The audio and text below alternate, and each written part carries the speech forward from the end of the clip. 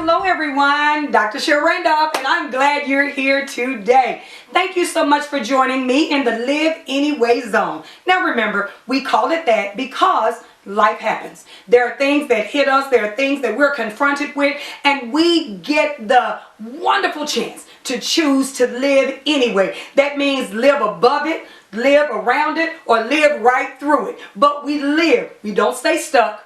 We don't just get lost in the things of the past, but we live anyway. So if this is your first time, thank you. And if you're returning, keep coming back. Also, subscribe if you have not, because good things will continue to come through this channel and you don't want to miss it. Well, last week I had the wonderful privilege to go live on Facebook and I talked about commitment to living.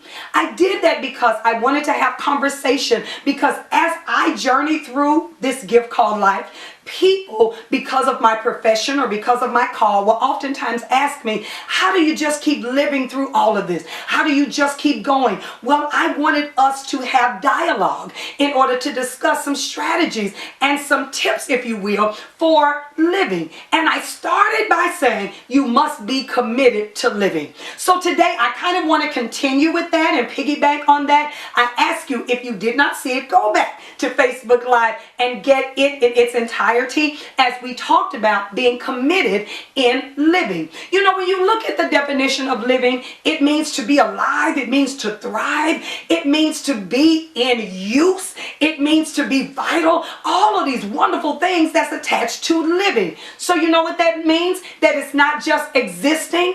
You are to be alive. You are to be ready for what life has to offer. Remember all those great things that we talk about, all the greatness that's on the inside of you? Well, it takes you living in order to have those things come into your life. But how do we get there? By being committed, making a commitment. Now, commitment is a scary word sometimes because it means that you are being held accountable for what you said you will do. Look at the definition. The definition says that it is an agreement or it's a promise to do something.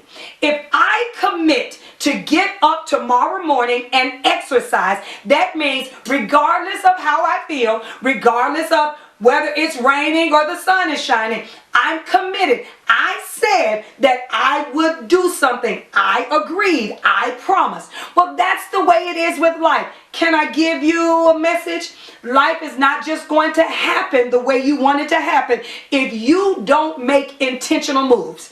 If you don't start a thing and then see it through to the end. You know, I love that scripture that says that God will finish what he started. He wants us to be the same way. Since we're made in his image, he means for us to finish what we start. You never know how a thing will turn out if you just quit in the middle, if you just throw up your hands, or if you try to excuse yourself. See, sometimes it's not people that let us off the hook. We let ourselves off the hook. Well, I didn't feel good, so I didn't have to do it. Or you don't know what happened to me. I didn't have to do it. You know what it reminds me of? It reminds me of 4 biblical characters that I really love. Daniel and the 3 Hebrew boys. Anybody that knows me, they say I act like the Hebrew boys are my cousins, but I love them. You know why? Because they would hang in there. They stood in a very difficult time and chose to live, was committed to living. It goes a little bit like this when you read the passage in the Bible that Daniel and his friends were taken into a foreign country, and instead of becoming accustomed to the things that they did, they stayed true to their lifestyle. They stayed true to the things that, you know, was a part of who they were. And so Bible says that they remained, you know, the Hebrew boys and their culture, they continued to love God and serve God. And then the king at that particular time, he said, you know what? I want you to bow down and worship the God that we worship.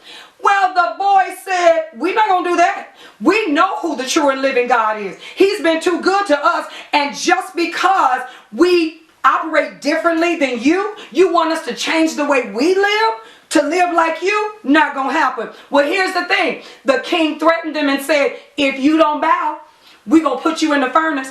But because they were committed to living, because they were committed to being alive, they were committed to living the way God had ordained for them to live, here's what they told the king: do what you got to do. But we will not stop living. We will not go back on our commitment. We will not turn around and just throw up our hands and say, okay, now look at this. They were in a difficult situation. They could choose to acquiesce to what the king wanted them to do, or they could take their chances and honor their commitment. Why am I bringing that up? Because sometimes in life, staying true to your commitment to live will cost you.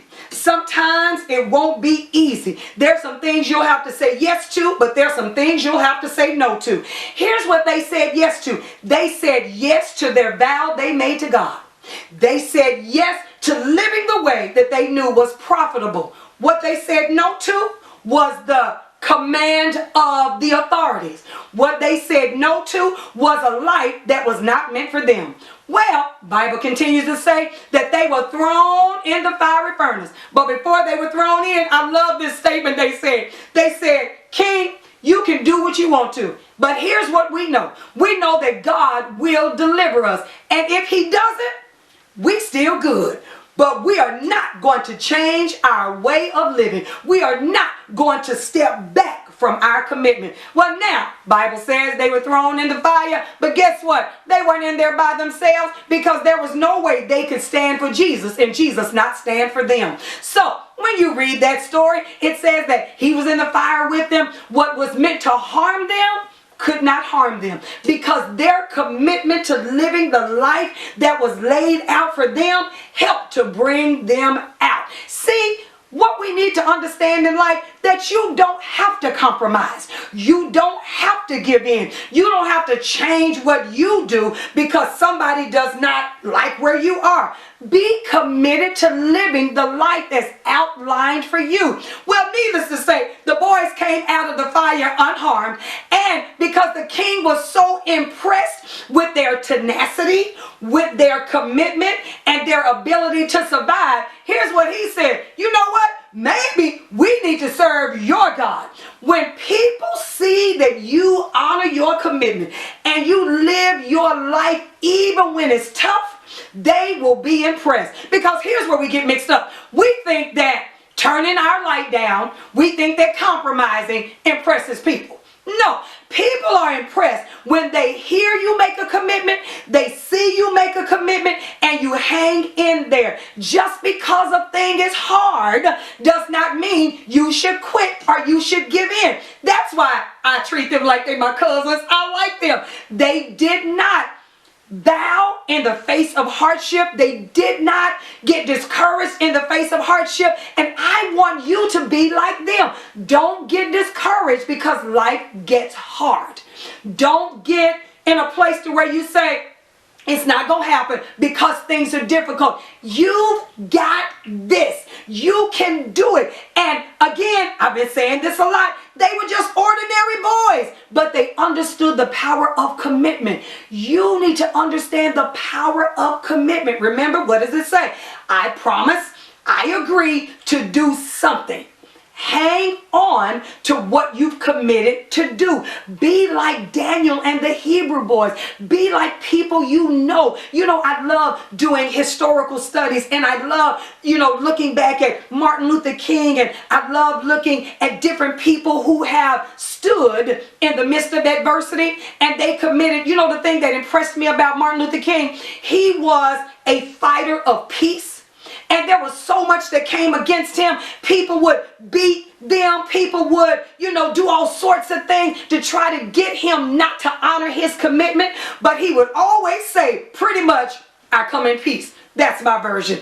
I come in peace. I come in peace. Why? Because he was committed to peaceful acts, even though it was difficult.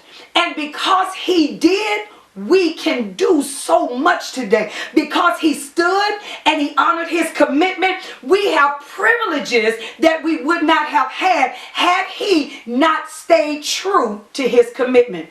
What are you being challenged to be committed to?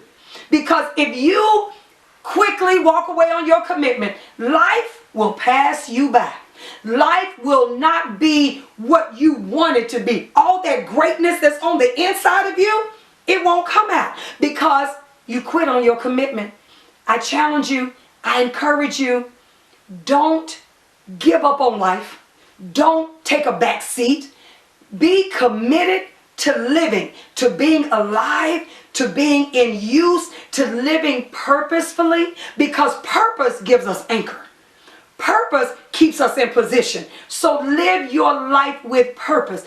And when you do, when you honor your commitment to live, you will look at what's happening where you are and you'll say, I'm so glad that I didn't quit, but I'm glad that I chose to live anyway.